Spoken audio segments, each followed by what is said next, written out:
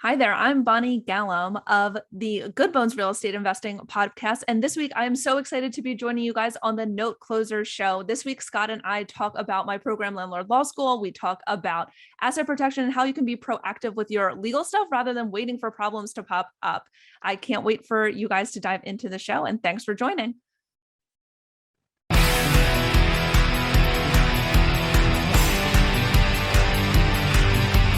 This is the Note Closer Show, where you get the latest developments in distressed note investing and learn the secrets of how you can control millions of dollars worth of property for pennies on the dollar. Get educated and entertained by someone who has closed thousands of deals and lives to support you in achieving the same. Now, here's your host, CEO of We Close Notes, Scott Carson.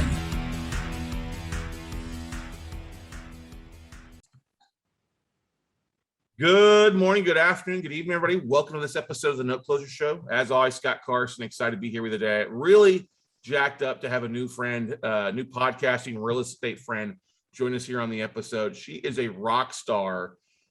She is a real estate attorney, legal educator, and a landlord, which I love. So she's actually an investor. Too many real estate attorneys out there just aren't investing. This is one of the greatest things that she helps real estate investors tackle all the different aspects when it comes to being a landlord. She's a owner of a 7-figure self-managed rental portfolio. She's a real estate didn't want to offend her there. Attorney licensed in New Jersey and Pennsylvania, and the founder of Landlord Law School and the Galam firm. She's also the host of a rockin' podcast, the Good Bones Real Estate Investing Podcast. So you want to check it out. Mom to 2 toddlers, so you know she's good at juggling balls in the air. And sometimes she's so we're glad to have the awesome Bonnie Galam join us here on the Note Closer Show. What's going on, Bonnie? How you doing today? I am doing great. I'm so excited to be with you on your show. Yeah, that's great. It's always beautiful. I love the podcasting world when it comes to real estate investors. I think we all are like the top 1% that understand leveraging time, leveraging relationships, and really bringing out the best in each other in a lot of cases, huh? Oh, I love it. And I love that the podcast has been a surprising platform for it to do that. I created it because I wanted somewhere to rant. I had all these legal problems that were coming up and I had nobody to rant to. And so what I really wanted was somewhere that I could just put that out to the universe. And then, eventually it grew into, meeting new people and having a space to have conversations with them. And especially with, the timing of starting it during the pandemic was nice because the coffee dates and the lunch dates were kind of put to the wayside. And so the podcast ended up being a nice little outlet of being able to network and meet new people like you. Exactly. Ranting. I love that. It's such a great definition for a lot of podcasts. let me well, rant. I am definitely one of those. Usually 1 or 2 episodes a month are what I call the legal rant episodes. Okay. I love this. This is part of the reason I thought it'd be great to have you on here.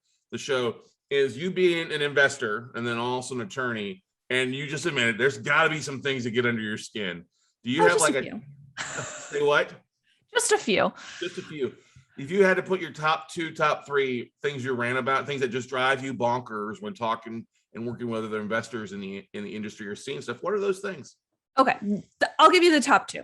The first being that legal stuff is only things you have to go to when things are going wrong.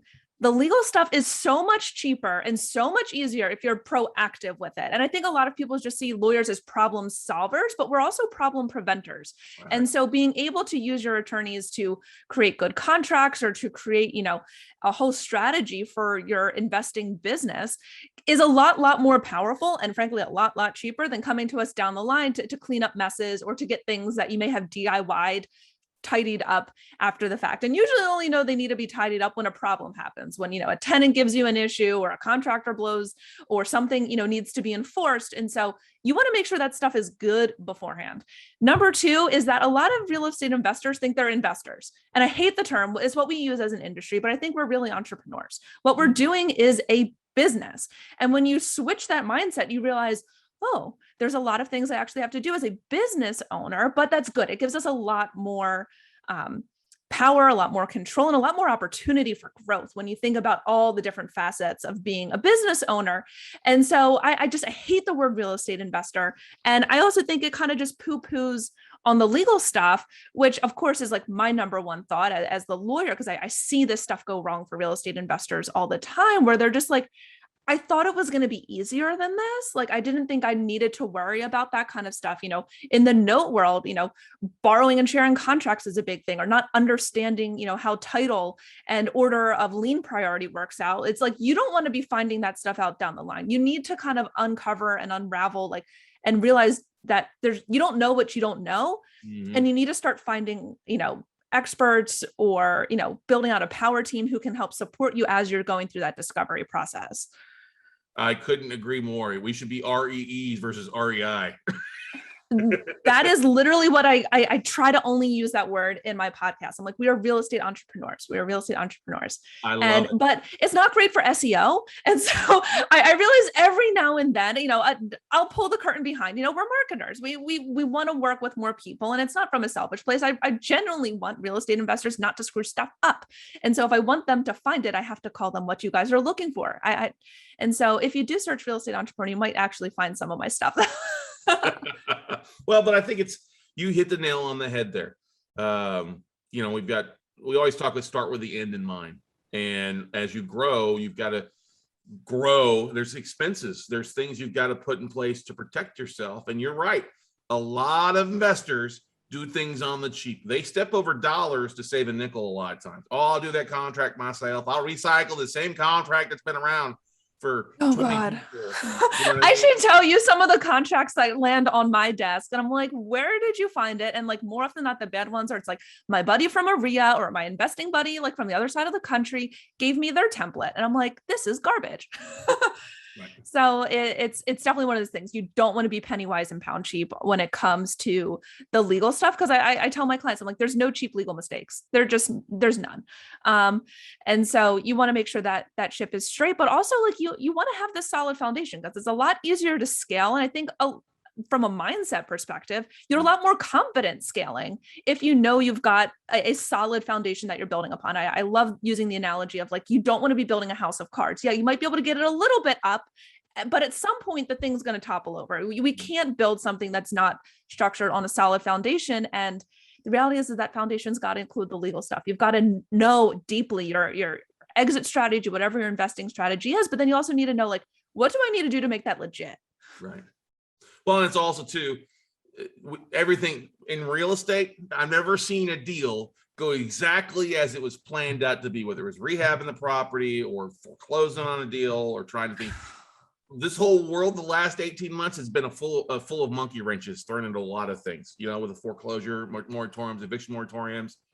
People are struggling out there. What are you seeing with your clientele? What do you see? Are you seeing anything, trends popping up with what you're doing on the legal side? Oh, definitely. There's a lot of garbage coming to market for top dollar, but I think the risk really comes, particularly here in the Northeast where I'm located, is that we still got pretty strict eviction moratoriums that are phasing out, the plan to be phased out by the end of the year. But that makes things like tenant due diligence when you're buying tenant occupied property all the more important. And if you don't know what questions you need to ask, then you got to make sure your realtor or your real estate attorney knows those questions to ask for you. Mm-hmm. And I one of the things I hear all the time is, oh, it's just a regular transaction. It's just a regular transaction. I'm like, famous last words. It was just, a regular transaction, because a lot of people don't always see the value in, working with real estate attorneys, especially in a non-attorney state. I know some states have mandatory closing attorneys, some don't. I don't work in a mandatory attorney state, but there's still a pretty heavy attorney culture. One, because our realtor form contract is total garbage, but for the other reasons, we're like an insurance policy. We're extraordinarily cheap, I think, in the scheme of lawyer land. And we're just kind of there to ride along and make sure everything stays clean from start to finish. And I like to kind of see, look at what each role everyone needs to really play. What does your lender know? And what role do they need to be playing in the deal? And same thing goes with your realtor. Your realtor is the one who should be evaluating the dollars of the deal. Is this going to help, cash flow? Where's this market going? Helping you evaluate the asset itself. But when it comes to the terms and the legalities and the contract and the due diligence, that's really where having a real estate attorney can add a lot of value, especially I find for newer investors. Look, I've got people who, do a bajillion deals a year and they've been doing this for 30 years. They probably know probably close to as much as I do. Maybe they haven't seen all the horror stories because they just don't get the back end of that, but they kind of know what they're talking about when it comes to, the terms that they're seeing over and over again. But for a lot of newbies, it's kind of worth the extra expense to make sure that you know what you're talking about and you know what you're signing. Well, and that's the thing. I love the fact that you're licensed both in Pennsylvania and New Jersey. Both they're kind of, Pennsylvania takes about 12 months to foreclose. I know you. Let's make it clear for you. You're not doing foreclosure work, right? Or are you doing? No, not right now. That's smart. You're saying it's why you still have hair right now, right? A little bit. I got some on my head. I know we were fluffing it up before we started recording, but it's there.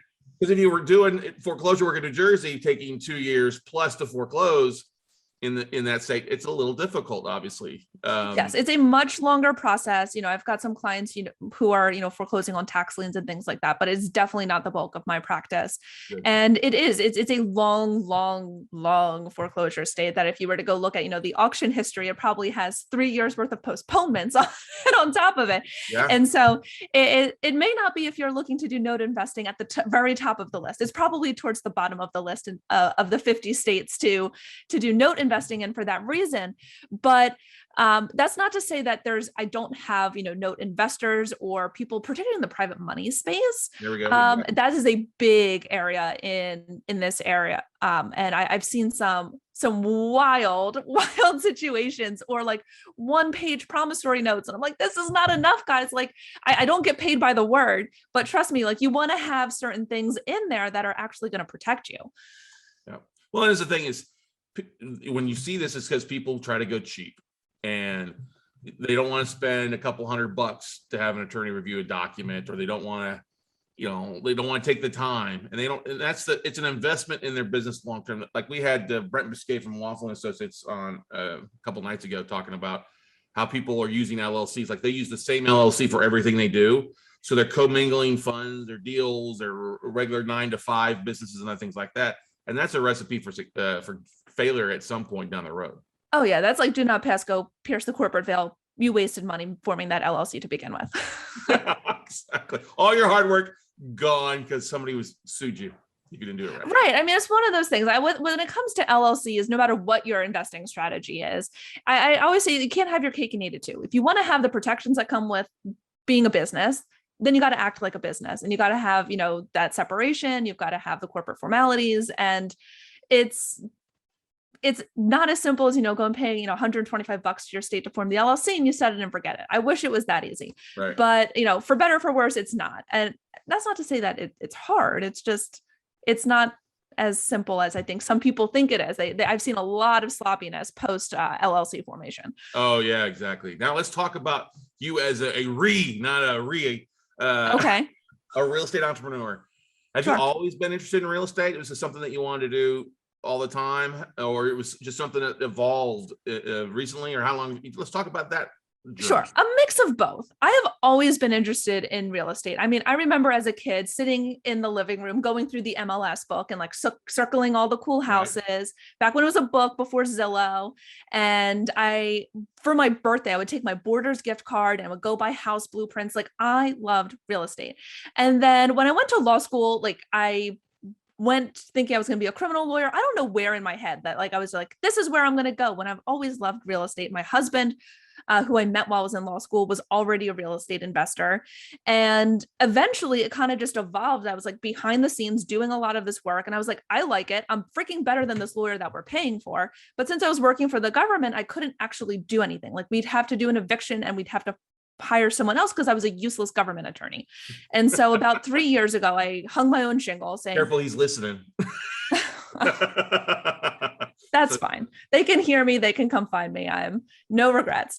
I had a great time. I was a criminal prosecutor for 3 or 4 years, and it was probably the most fun job I will ever have, but it was just not sustainable. The pay is really bad working for the government. And so that is a chapter that has now closed. There you go. But I wanted to create a law firm that worked with real estate investors the way I wanted to be worked with. I saw the ways that our attorney was surprise billing, and there was, no real understanding of, I felt like the business part of what we were doing. And so I was like, hey, for a lot of this stuff, there's a business option or a legal option. Like when we had a non-paying tenant, no one was ever suggesting, hey, why don't you do cash for keys? Or why don't we talk about, maybe just seeing if they want to leave early. Let's get a mutual lease termination in place. It was just like, yep, evict. And I'm like, that's not good for me, the landlord, and it's terrible for the tenant. And so for us, I was like, this doesn't make sense.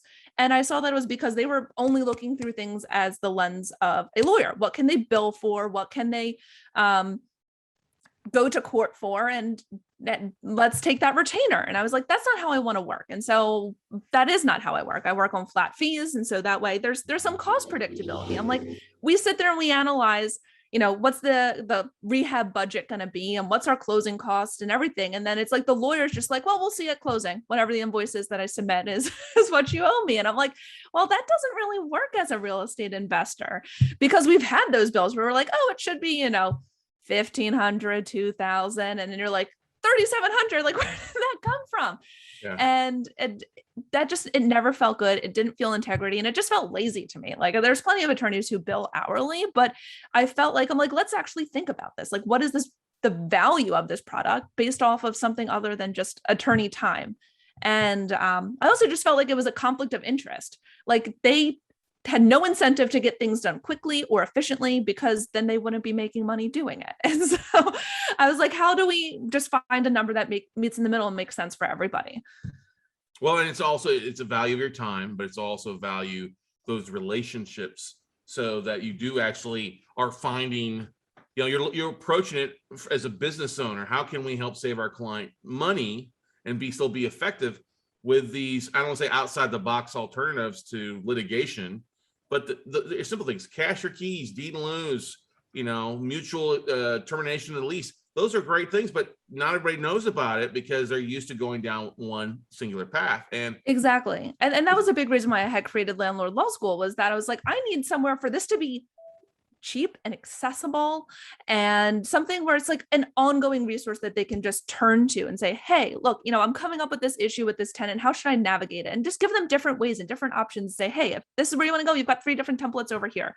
And so it's one of those things where I felt like there was this gap in terms of what lawyers were saying and how things were actually operationally happening for landlords and investors more generally on the ground. It's very easy for lawyers to kind of preach from the mountaintop of like, this is how it should be done. I'm like, but like, what if we just tried to settle it? Or what if we just tried to shorten this? Because that's where the greatest value of time is usually for investors, is like, how do I make this end as quickly as possible?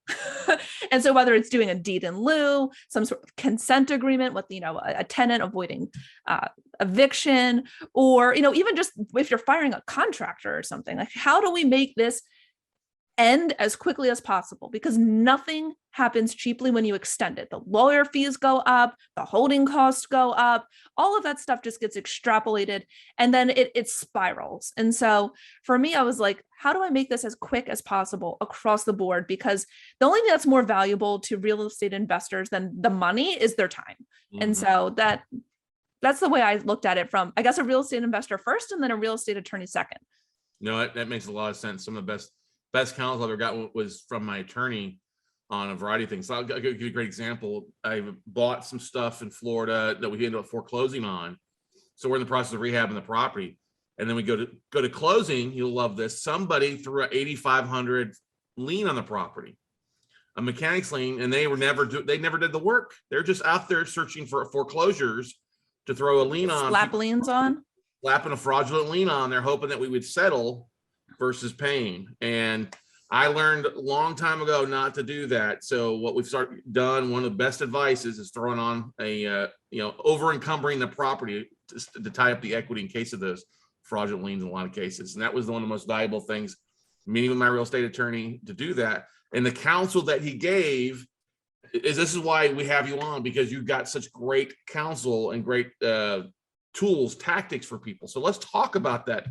The Landlord Law School. Let's tell us more about that. Tell our listeners out there, because I think it's so valuable of what you're doing.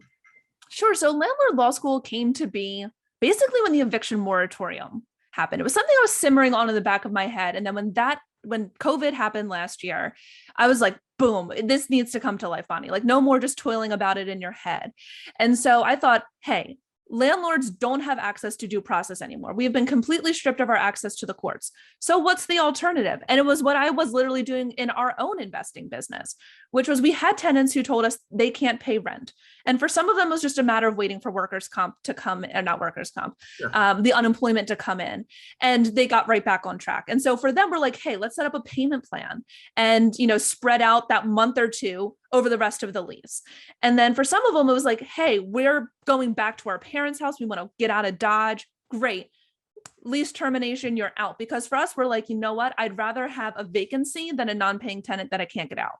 Yeah. And so we also did cash for keys on some people who were non-paying, and they maybe just needed a little bit of extra help to go somewhere else. And I get that. It's not, cash for keys doesn't always have to be like a bribery. It can be like a gift to be like, hey, I know you're going to have costs associated with this move. And so those were the first 3 or 4 templates that went up just on my website. I was like, hey, you guys need this stuff. Here it is.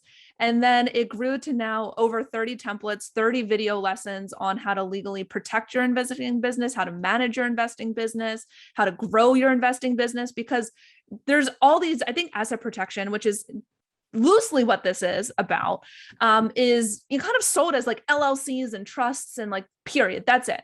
But from my perspective, LLCs and trusts and insurance are only there to catch you when things go wrong. They don't do anything to prevent it in the first place. And that was like my whole thing, like, let's prevent this stuff. And so I'm like, how do we get good contracts in place for, partnerships and for our contractors and for private money lending? And what is lending? Like, what is this whole thing that we're, either on the front end or the back end with? Right. And so kind of just giving them this education. I'm like, if I could teach a law school course on real estate investing, what would it be? And that is Landlord Law School.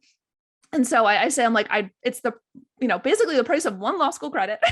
And I always say, I'm like, I'd rather you have a mortgage than a student loan. And so if we can get, this as a crash course, but then an evolving, growing database and resource and template library for you to turn to at the drop of a dime, then that's where there's a lot of value, because then you're not waiting for the lawyer. You're like, hey, oh, you know what? This situation popped up. I know I've got a template for that to deal with it. And so it's been well received. I'm very excited by it, but it's like my little baby. It's my side project from my firm. And I love that you're taking your knowledge between the ears and replicating it where it's easy for people to get a hold of. And maximizing your time and repetition, and the fact that you've got the training videos talking about that it goes a long way. Obviously, not everybody knows what they don't know, and this makes it exactly. And there was just general, and I don't even call it sloppiness. You just said it was, they don't know what they don't know. So I'm like, hey, let's talk about fair housing. Let's talk about even like the ADA and like all these things that you.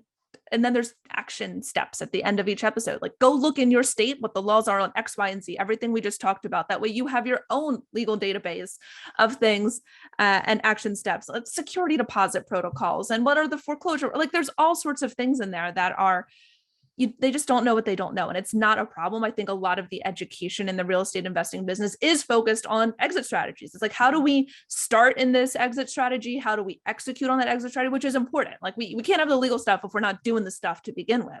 But I felt that there was this gap, and sometimes there was even bad information floating around. Oh, yeah. Particularly in like Facebook groups. Oh God, help me when I see some of the things in Facebook groups. And I see your face right now. It's like Clubhouse rooms has got to be the worst. Clubhouse rooms have got to be the I've deleted Clubhouse. I couldn't handle it. I was like, who are these I'll say like literal nobodies? Like, you have no qualifications. And it was the room I was in, it was a whole bunch of like realtors who have never owned a piece of real estate themselves. And I'm like, I'm going to lose my brain hearing about this. And, if you want to talk about like mindset and all that stuff, have at it. I think there's, anybody can have a piece of that pie. But when it comes to like the execution of it, I'm like, if you haven't walked the walk, then you shouldn't be talking the talk. And there's a lot of those people on Clubhouse. Yeah, that totally is. Facebook groups get bad counsel because you've got so many people in there just from different arenas. But the Clubhouse stuff, I haven't been on there in a month, and thinking about getting rid of it. But it is, I've listened to it and the same people on there over and over and over. I'm like, if you're on here all day long, it tells everybody you're not doing a damn thing. You're not doing any type of real estate except spouting filth or bad advice. Yeah. I'm not a fan of Clubhouse. No. So let's talk about this. You got the show. Let's talk about your podcast a little bit, because you're doing such a great job on there. The Good Bones Real Estate Investing Podcast. Besides you just venting on there, share a little bit with our audience about some of the different things you're covering on there. You had me on as a guest, which I'm honored to be on there. You've got some other amazing guests. Let's talk about the podcast a little bit. Sure. So the podcast was a space where I wanted to talk about the legal stuff, and I try not to keep it, dry and boring and sound like, what's that guy, Ben, who was like on like the dry eye commercial. And it was a space to talk about what it actually looks like real estate investing, but then with a legal spin. And so I like to bring on people like you who can talk deeply about a niche, and then we can have an actual substantive conversation about like, hey, what's the legal stuff that comes up in your business? Because I find that on a lot of the other podcasts, it was like, tell me about the stuff and tell me about your successes and your favorite deals and all of that. But there wasn't ever really a voice about, what does that look like operationally? What does that look like legally? What are you doing to protect yourself? And that was the conversation I really wanted to have. And so I tend to have like 1 or 2 rant episodes a month. I've got a Q&A where I get questions from my Facebook group community. And then I tend to have 1 guest a month to go deep on, any different topics. I've had house hackers on there. I've had long distance real estate investors. I've had you, the note master. And I have another interview next week coming up with a woman who does wedding venues, and that's her. She doesn't even consider it really real estate investing. I was like, honey, this is real estate investing all over the place. You're putting Airbnbs all over the farm. Like we need to talk about this. That's like drama to the 10th in real estate with all the emotions involved with it, man. I know. So I really wanted to have this, a space to talk about the legal without just being like, here is the law. Here's the law that we throw down. But no, it's great. I love it. I listened to some of the episodes, and that's why I was like, hey, let's get you on to talk about it. It's one of the most important things. I think people struggle with it. They're nickel and diming it. I think people are also, the unknown to scares a lot of people off from taking action, because I think, especially what's going on in the last year, 2 year, you said something out at the beginning about this, crap is overpriced. Yes. In a lot of cases, and you need to know what's going on with that and the legal stuff. Especially with people leaving and foreclosures and all this other stuff, you've got to really know what's going on in your specific state and market, so you're not doing something stupid legal wise. Yeah. And I worry about that with a lot of, people who are, real estate investing has gotten really popular. I'd say the last 5 or 6 years, it's just, this area has exploded with people who are interested in it, and for good reason. Like, there's great tax benefits. It's fun, I think. And it's a great way to make a good amount of money in a lot of different ways. And so, no matter what your interests are or where your strengths lie, like I think there's a way you can make money with that doing real estate investing. But over the last 2 years, we've had interest rates go below 3%. We've had moratoriums on foreclosures and evictions. We've had just a number of things that have affected, even just the limitations on travel and how are we getting documents notarized at closing. And that was an issue for months at the start of this. And so being able to navigate all of that, but also recognize that those are things you should be thinking about and have your pulse, take the pulse of it, but also understand what the pulse of that means. Like, it's not enough just to be like, yes, I found the pulse. You have to be like, oh, this feels fast or this feels slow. And sometimes that takes a little bit longer time, but I think you're probably safer investing when you have a sense of the market where you're either acquiring properties or acquiring notes or whatever the case may be. I love it. Now, you mentioned you and your husband, both attorneys and both. Oh God, no. He is the full-time self-manager. And so he is an accountant by background. He does have his real estate license, and that's largely just for us to have our own MLS access and to open our own doors. But he is not really doing that in a career type path. Sure. What do you guys focus on? What's your bread and butter that you like looking at investing in? Oh gosh, like mid-sized multis, I say like 4 to 10 units near near campuses. And so we don't call it student housing, like we don't have agreements with the campuses or the colleges or anything like that. But most of them are in Philadelphia. Most of our houses are within, 2 or 3 neighborhoods. And so by aiming to like niche down that much, like something comes to market, like it takes half a synapse of brain energy to be like thumbs up, thumbs down. And more recently than not, there's been a lot of thumbs down. We were big investors in Philadelphia. And over the last few years, we've had a lot of New York money coming into it. We've had a lot of foreign money. I mean, that's been ongoing for, 10 plus years. I mean, they're buying for numbers that just don't make sense in a lot of ways, but it's just for them, it's just a safe place to park their money. They're not even looking for cash flow. They're just looking for like a stable currency to park their money in.